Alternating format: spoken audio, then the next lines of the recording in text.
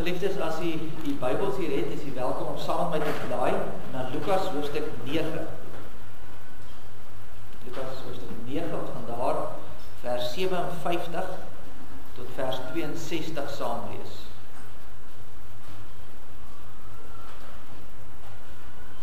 Hier is nou twee mense wat vanmôre gaan sê, hulle gaan die Here volg. Hulle is kinders van die Here, en vra die teks maar opskrif daar sê, hoe Jesus gevolg moet word. Daar staan ons 'n bietjie stil vanmôre by die gedagte van om Jesus te volg en wat dit behels. Voordat ons saam lees uit Lukas 9 vers 57 tot 62, kom ons bid eers saam, vra dat die Here ons sal seën met die antwoord van sy woord.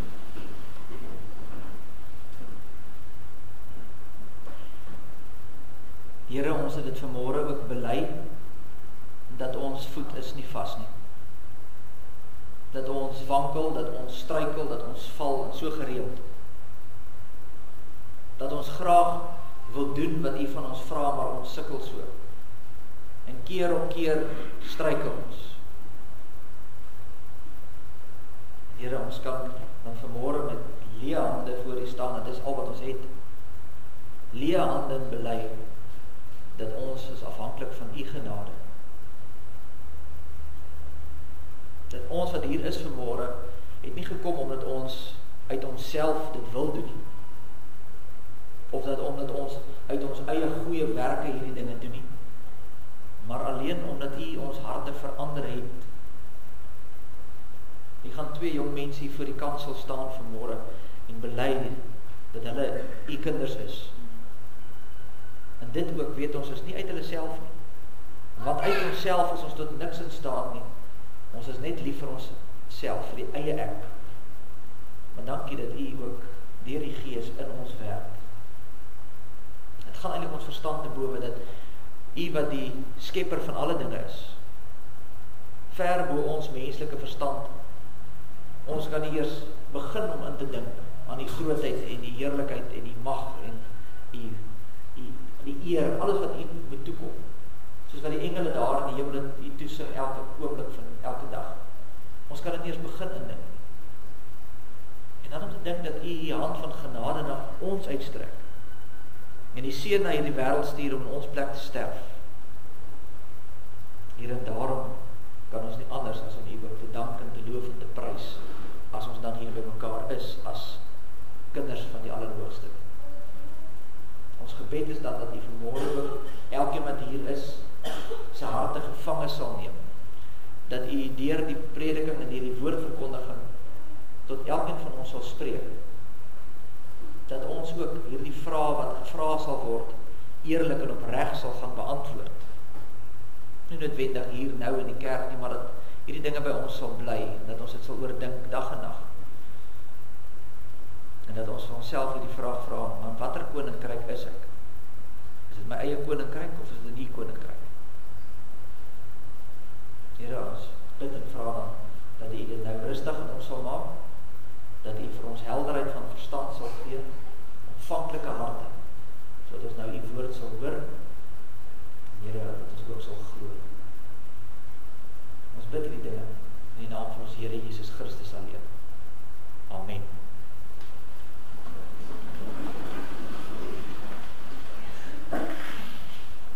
Ek lees vir ons saam uit Lukas 9 van vers 57. En terwyl hulle op reis was, sê iemand op die pad vir hom, Here, ek sal U volg waar U ook mag gaan. Toe sê Jesus vir hom, die jakkalse het gate en die voëls van die hemel neste, maar die seun van die mens het geen plek waar hy sy hoof kan neerlê nie. En hy sê aan 'n ander een, volg my. Maar hy antwoord, Here, laat my toe om eers my vader te begrawe. En Jesus sê vir hom, laat die dooies hulle eie dooies begrawe, maar gaan jy en verkondig die koninkryk van God. En 'n ander een het ook gesê, Here, ek sal U volg, maar laat my eers toe om afskeid te neem van die wat in my huis is. En Jesus antwoord hom, niemand wat sy hand aan die ploeg slaan en agter toe kyk, is geskik vir die koninkryk van God. Tot sover uit die woord van die Here. Salig is ons as die woord van die Here hoor en dit ook in ons harte bewaar. Nou geliefde gemeente van ons Here Jesus Christus, baie mense dink dat wanneer jy 'n Christen word, dan beteken dit dood eenvoudig dat jy net maar 'n mooier lewe leef, voorbeeldiger lewe. Jy probeer nou maar die 10 gebooie nakom, jy's 'n bietjie vriendeliker met mense, kom bietjie meer kerk toe, lees 'n bietjie meer Bybel, bid 'n bietjie meer, praat 'n bietjie meer met mense oor die Here. En dis natuurlik alles baie belangrik en goed, dis deel van die geloof, is deel van Christen wees. Maar om 'n Christen te word is baie meer as dit. Om 'n Christen te word beteken dat jy 'n grens moet oorsteek. Jy moet van die ou koninkryk na die nuwe koninkryk toe gaan. Onthou, ons word gebore in sonde. Psalm 51 sê dat ons in sonde ontvang en gebore word. So jy word gebore in hierdie koninkryk van die wêreld. Daar is 2 koninkryke. Dis die wêreldse koninkryk en dis God se koninkryk. En jy word hierin gebore in die wêreld. Dis waar ons begin. En iewerste moet jy oor die grens gaan na God se koninkryk. En dis 'n baie lang pad. Jy kan baie ver vorder. Jy kan baie dinge doen. Maar voor jy nie die treetjie gee en oor die grens gaan, jy is nog altyd in dieselfde plek. Jy is nog steeds in dieselfde koninkryk. Kom ek verduidelik met 'n voorbeeld en maak dit maklik. Kom ons sê jy wil van Suid-Afrika na Zimbabwe toe gaan. Jy wil van Kaapstad na Harare toe ry. Op hierdie pad, volgens Google, 1944 kilometer is, net vir die van die wat wil feitelik wees, dis blykbaar die afstand tussen Kaapstad en Beitbrug, daar waar jy oor die grenspos gaan jy baie goed sien. As jy aan die Kaap begin, ry jy die pragtige berge van die Kaap, en dan kry jy die vlaktes van die Karoo in die Vrystaat, dan kry jy die verkeer in Gauteng, dan kon net iets beters ding, is al wat jy daar kry, is net verkeer in gemors. Dan gaan jy nou daar deur, en as jy nou deur gedruk het, dan kom jy daar by Warmbadse wêreld, dan begin dit daarom nou weer Bosveld raak, en dan die ou Noord-Transvaalse Bosveld, en dan my laaste stukkie daar oor die Soutpansberg by Louis Trichardt, dan gaan jy af, die berg af, Messina toe, tot by Beitbrug, net aan die kant Messina, en daar sal jy waarskynlik heel wat opgehou word met papierwerk en swak administrasie, en daar moet jy nou sit, en jy moet nou skree en beklei, tot jy nou uiteindelik jou papiere gekry het, maar jy is nog nie aan die ander kant, jy is nog heeltyd in dieselfde koninkryk, jy het nog nie oorgegaan na die volgende land nie, al was dit al baie ver gevolg, jy is nog in dieselfde land. Dis eers wanneer hulle vir jou sê, hier is jou gestempelde papiere, en jy klim in jou karretjie en jy ry daar deur Beitbrug grenspos, oor die Limpopo, en dan sê jy, nou is ek in die nuwe koninkryk, nou is ek uiteindelik in die ander land, nou is ek in Zimbabwe. En wat ek probeer sê is, jy kan op hierdie reis wees na God se koninkryk, en jy is dalk al baie ver gevolg.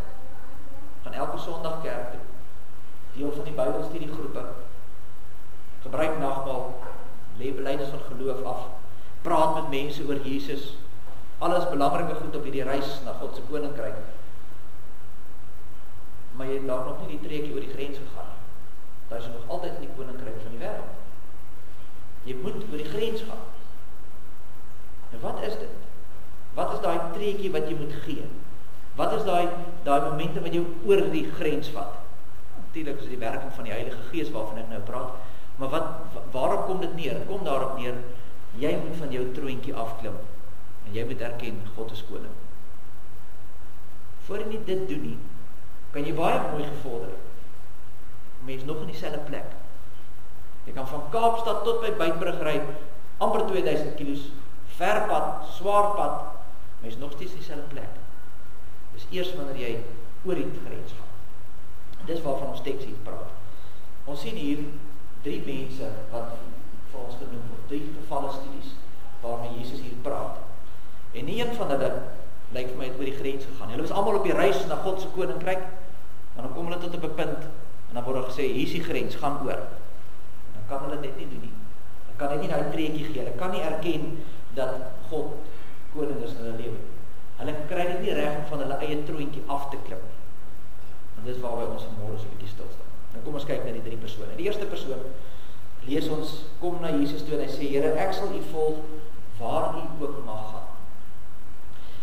Nou as jy weet nou dat die evangeliebeskrywings soos dit 4, Matteus, Markus, Lukas en Johannes, dis dieselfde gebeure maar uit verskillende hoeke beskryf. So elkeen skryf oor hierdie gedeelte maar uit 'n ander perspektief.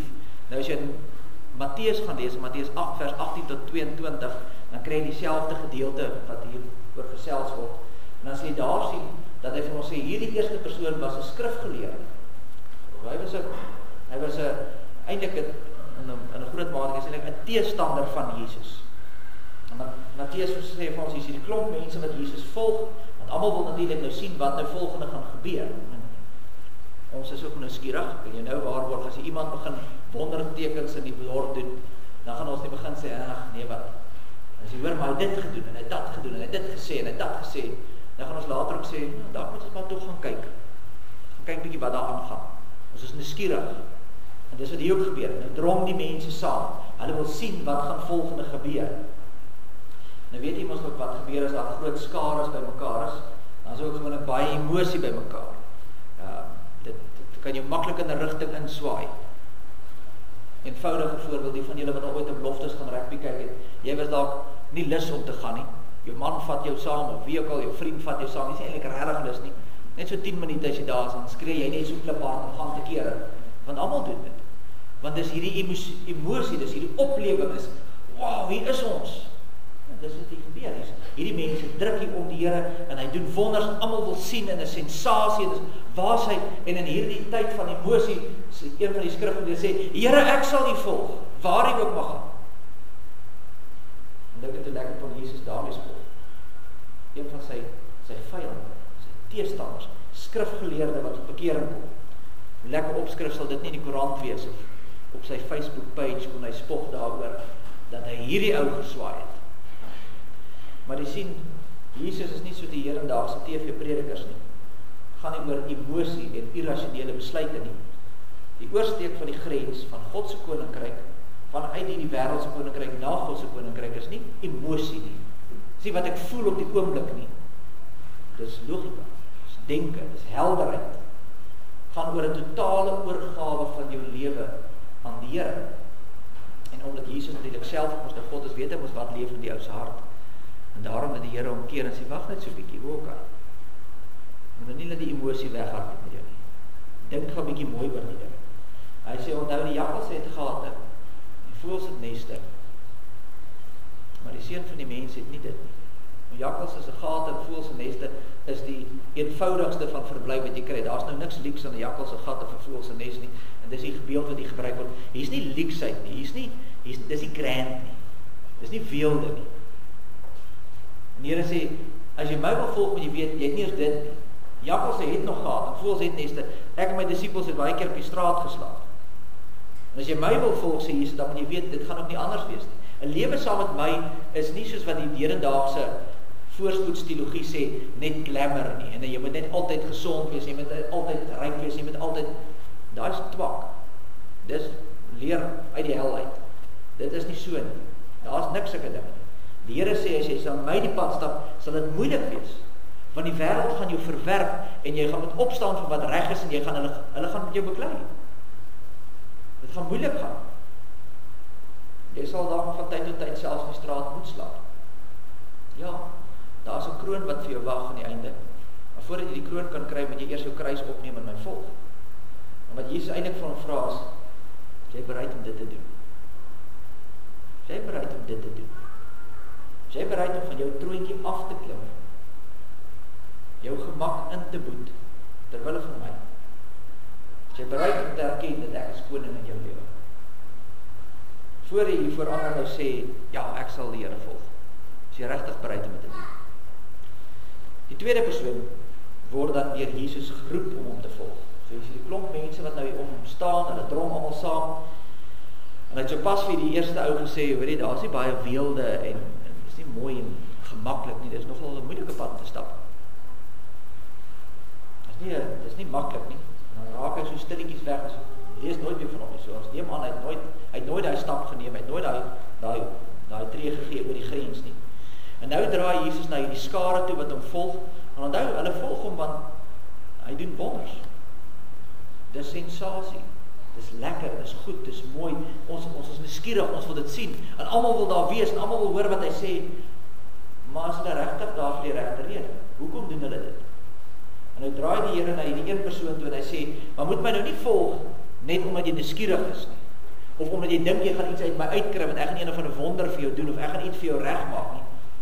Sê, volg my, word my disipel, klim van jou troontjie af, en erken dat ek koning is in jou lewe. doen dit. En dan antwoord die man hom en sê, Here, laat my toe, om net eers my vader te gaan begrawe. Dis mos nie 'n onbillike versoek nie, is dit? Net eers my pa gaan begrawe. Maar dan antwoord Jesus hom nogal kras, as hy sê, laat die dooies hulle eie dooies begrawe. Maar gaan jy en verkondig die koninkryk van God. Nou kom sê die Here dit vir die man. Het jy al gewonder oor daai nogal 'n harde antwoord wat die Here hom gee. Die rede daarvoor is, sy pa is nie dood nie. Dis maar net 'n manier hoe hy dit uitdruk, is 'n manier van praat in hulle tyd. Sy pa was nie regtig dood gewees nie. Want as sy pa dood was, sou hy besig gewees met begrafnisreëlings. Want hy die Jode in daai tyd het gesê, as jy vandag doodgaan, word jy vandag begrawe. Daar was in elk geval wette gewees wat jou verbied het om rond te loop as iemand in jou gesin dood is, want jy het in aanraking gekom met 'n dooie, so jy mag nie met mense aanraking kom nie. So, sy pa kan nie dood wees nie, want die wet het hom gedwing om dan nie rond te loop nie. So, het gaan nie oor sy pa is al dood nie. So wat hy eintlik sê, is hy sê, laat my toe my pa te begrawe, en dan sê hy, kan ons net wag tot my pa net doodgaan. Nou, ons weet nie hoe oud is sy pa, en ons weet ook nie hoe siek is sy pa, het kan nou enigiets wees van minute tot jare, ons weet nie wanneer sy pa nou gaan doodgaan nie.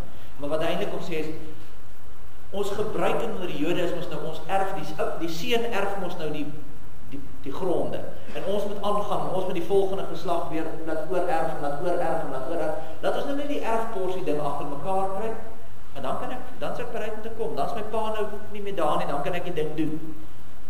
Want hy het nou net gehoor, in die vorige ronde, dat Jesus vir die man gesê het, hoor jy, daar is nie baie weelde nie, gaan dalk in die strate moet slaap. Waarskynlik het hy gedink, dat ons net die boedel afhandel, dan het ons ten minste iets om op terug te val. Ek meen, dan maak ons nou net sin, so ons ook moes maar dink. As die ding ons nou afgehandel is, dan het ek daar 'n paar rand, as ek moet. So duidelik is hy nie bereid om die grens oor te steek nie. Hy was nie bereid om nou al van die troontjie af te klim nie. En daarom sê die Here vir hom, man, laat die dooies hulle eie dooies begrawe. En bedoelende, laat die wat geestelik dood is, laat die wêreldse mense begrawe. Gaan jy eerder verkondig aan hulle die koninkryk van God. Moenie tyd mors met mense wat nie wil hoor, of wat nie belangstel aan God en sy koninkryk nie. Gaan na die wat wil hoor en gaan verkondig aan hulle, verkondig die woord, dis wat jy moet doen. Het kom eintlik maar daarop neer dat Jesus van vra, maar wie is koning in jou lewe? Wie sit op die troontjie in jou lewe? Is dit jy? Is dit jou reis? Waar jy besluit hoe, wat en waar? Of as jy besig moet nie te buig voor die Here en sê, maar U is koning, U moet sê. Die derde persoon staan en luister na al die goed wat nou gesê word, dan haak hy af en hy sê, Here, ek sal U volg. Ek is nie gepla oor die gemak van hierdie wêreld soos daai eerste persoon nie. En ek is ook nie gepla oor die geld van hierdie wêreld soos daai tweede ou nie. Ek sal U volg. Maar gee my net tyd om daarom my mense te gaan groet by die huis. Nou hoor julle, die verskonings wat aangebied word in hierdie teks, is die goed wat ons ook mos maar gewoonlik gebruik, verskonings. Dis die goed wat ons ook altyd sê. Dis die goed wat ook gewoonlik koning is in ons lewens. Gemak, geld en familie. Dis die goed wat eerste kom. Dis die goed wat in ons pad staan. Dit sê die Here Jesus in Lukas 14 vers 26, as iemand na my toe kom en hy haat nie sy vader en sy moeder en sy vrou en sy kinders, sy broers, sy susters, selfs op sy eie lewe nie, dan kan hy nie my disipel wees nie. En dis weer eens 'n spreekwoord, en dit bedoel maar net, as jy iets bo God stel, dan is jy nog nie oor die grens nie. As jy nog in jou eie koninkryk, jy is nog op die pad. Jy het nog nie oor die grens gegaan. Jy het nog steeds jou manier van ding. Die oomblik as mense en die wêreldse dinge nog vir jou belangriker is as wat God sê, sê die Here dan as jy nog nie daar nie. En Jesus antwoord dan hierdie man. En hy sê, niemand wat sy hand aan die ploeg slaan en agtertoe kyk, is geskik vir die koninkryk van God. Jy kan nie ploeg en agtertoe kyk. Jy kan nie dubbelhartig wees nie, jy kan nie 'n twee-gesig wees nie. Aan die een kant wil ek nog hierdie mense van my verhoudinge koester en ek wil hulle gelukkig hou, maar aan die ander kant wil ek ook daarom so sê nie vir God ook probeer gelukkig hou. En hy sê nie, dit werk nie so nie. Kan nie altyd probeer gelukkig hou. As jy opstaan en sê, Here, ek bely U as my saligmaker en verlosser. Bely dat U die koning van my lewe is, ek volg U. Dan beteken dit my gemak, en my geld, en my verhoudings kom tweede. God is eerste, wat sê hy? Wat moet gebeur? Dit beteken nie, jy mag nou nie familie hê, of jy mag nie geld hê, of jy mag nie gemak hê nie. En Abraham was skatryk, Job was ook skatryk, maar deur tye gegaan op en af, maar hulle was ook baie keer baie gemaklik. Hulle het ook hulle familie gekoester en lief gehad. Net om van die voorbeeld is nie, dat God sê, jy mag nie in 'n familie en jy mag nie verhoudings en jy mag nie geld hê. Dus die gevaar hier is, dit word vir ons belangriker as God. Dis die ding. En die oomblik as iets vir ons te belangrik raak, ons kan nie meer doen wat God sê nie, want my man sê so, my vrou sê so, my gesin beïnvloed my so, my werk, my loopbaan, wat ook al. Iets is vir my belangriker, dan is dit 'n probleem. Om te sê ek is 'n Christen, beteken ek het oor daai grens gegaan. Want nou is my familie en my geld en my gemak, is nie meer koning in my lewe. Hulle bepaal nie meer wat ek doen en hoe ek dit doen. God is my koning, hy bepaal. Kom ek gee vir ons 'n paar voorbeelde, dan maak ek dit weer vir julle toepaslik. Hoeveel van ons kom nie kerk toe nie, want die kinders het kom kuier, of my ouers het kom kuier, weet, en hulle is nou nie so ingestel op kerk nie, en hulle nou nie hulle klere gebring nie, en ken ons nou daai storie, en hulle wil vroeger ry, so ons kan nie kerk toe kom, want hulle wil nog vroeër ry, maar nou sê God, elke gelowige moet hom kom dien, op 'n Sondag moet jy in die kerk wees, saam met jou medegelowiges, hier moet jy 'n ontmoeting met God hê, elke Sondag, dis sy opdrag, maar die kinders wil nou vroeër ry. Nou, wie is die belangrikste? Gaan jy kerk toe, want God is koning in jou lewe, en hy sê, dis so, hy, klaar, hy gee opdrag. Of sê jy dalk soos die persoon in die voorbeeld, Here, laat my net eers toe, om net eers my mense te gaan groet. Kinders wil vroeg ry, ek net, volgende week sê ek weer hê, as hulle nou nie weer kom kuier, en vroeg wil ry natuurlik nou nie. Maar, jy hoor die verskoning wat ons, dis nie net, dit is, ek gebruik nou die Sondag, want dis die een wat ons die maklikste, dis die een wat ons al so gewoond geraak het aan om te oortree, dat dit nie eers meer vir ons snaaks is nie. Ons werk op Sondag, die invoices is net nie klaar nie. Ek het gefaktureer, en ek nie klaar gekry nie, maar nou moet ek maar môreoggend maar aangaan, ons gaan nie môreoggend kerk toe. Jou loopbaan stel jy voor God. Dis jou troontjie. Die kinders se sport, ons is moeg gery. Hulle vat daar baie van hulle. Ja, moet jy laat dit toe. Want jou kinders se sport word die huisgesin se God. En alles word daarom want ons kan nie môre kerk toe gaan, ons is te moeg. Ons moet soontoe ry. Wat van ons ry nie soontoe nie, want die Here sê, môre moet jy in die kerk wees. Ja, en ek verstaan, kinders het sport, en dit is baie oulik, en dit is baie gaaf. Ek het ook sport gespeel, geloof dit of nie, kon op die stadium hardloop. Maar dit kan nie jou oorheers nie, jy kan nie Sondag nie kom nie, dan is dit mos bo God. Wat van ons gunsteling en ons in die Laagveld, gaan bietjie wildtuin toe Sondag, ry sommer vroeg op wat. In elk geval, dan kom myself regverdig, in elk geval, is mens mos nader aan die Here as jy daar in die natuur is. Dan voel ek mos die Here. En daar is 'n paar probleme. In die eerste plek is dit teologies nie reg nie, want God se gees is oral, so jy kan nie in die wildtuin nou meer voel as hier nie. En inteendeel is jy verkeerd, want dis hier waar jy juis om die meeste kan beleef, want elkeen van ons sit met 'n stukkie gawe wat God vir jou gegee het om hier te kom uitdeel.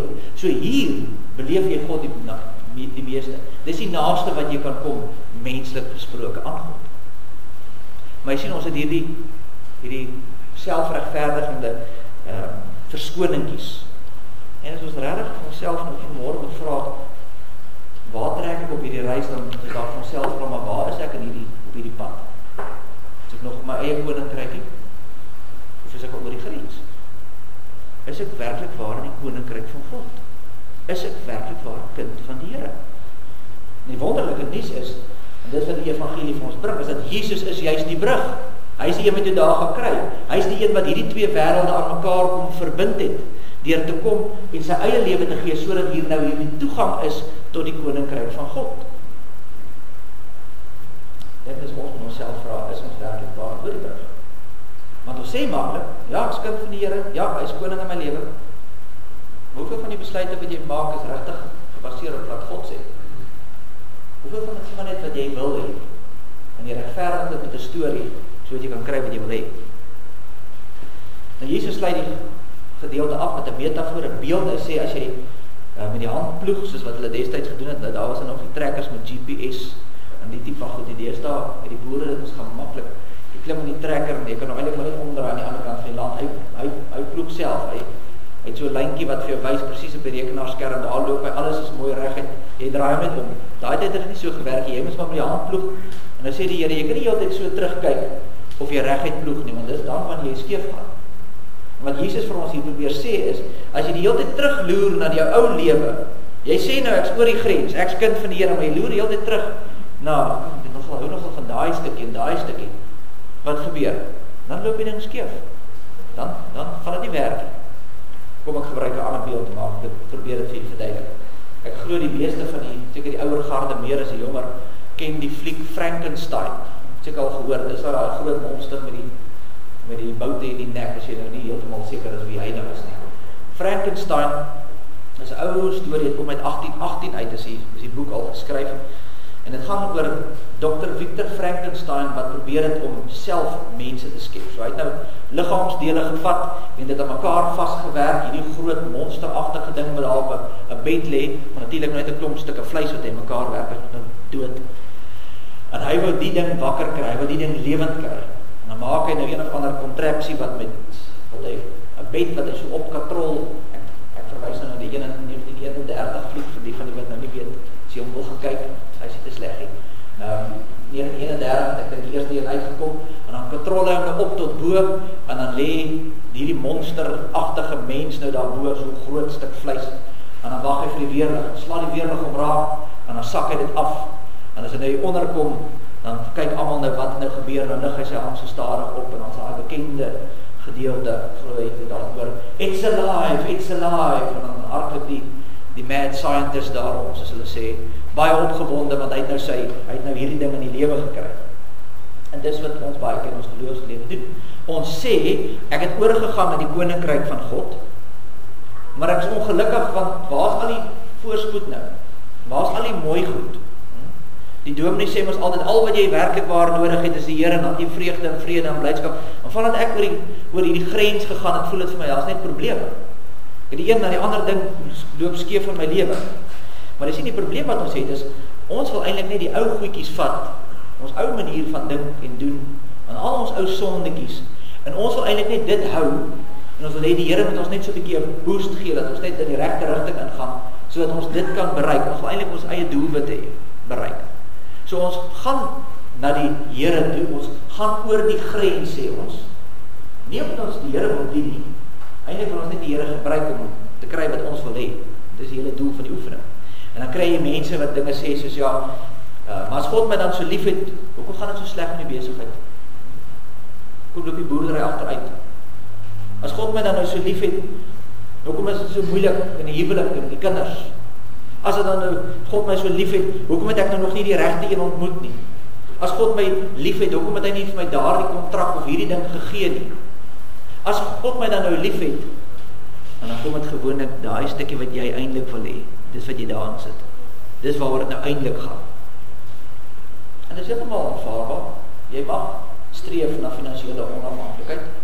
En jy mag streef daarna om eendag getroud te wees. En jy mag streef na al die dinge, as niks fout daarmee nie. Maar die punt, as jy op 'n punt kom waar jy sê, ek het nou Jesus aangeneem, en die vrug van die Gees is nou myne, maar dis nie genoeg nie. Want ek wil eintlik dit en dat en sis en so hê, en ek kry dit nie. En hoekom het God dit dan nie vir my gegee nie?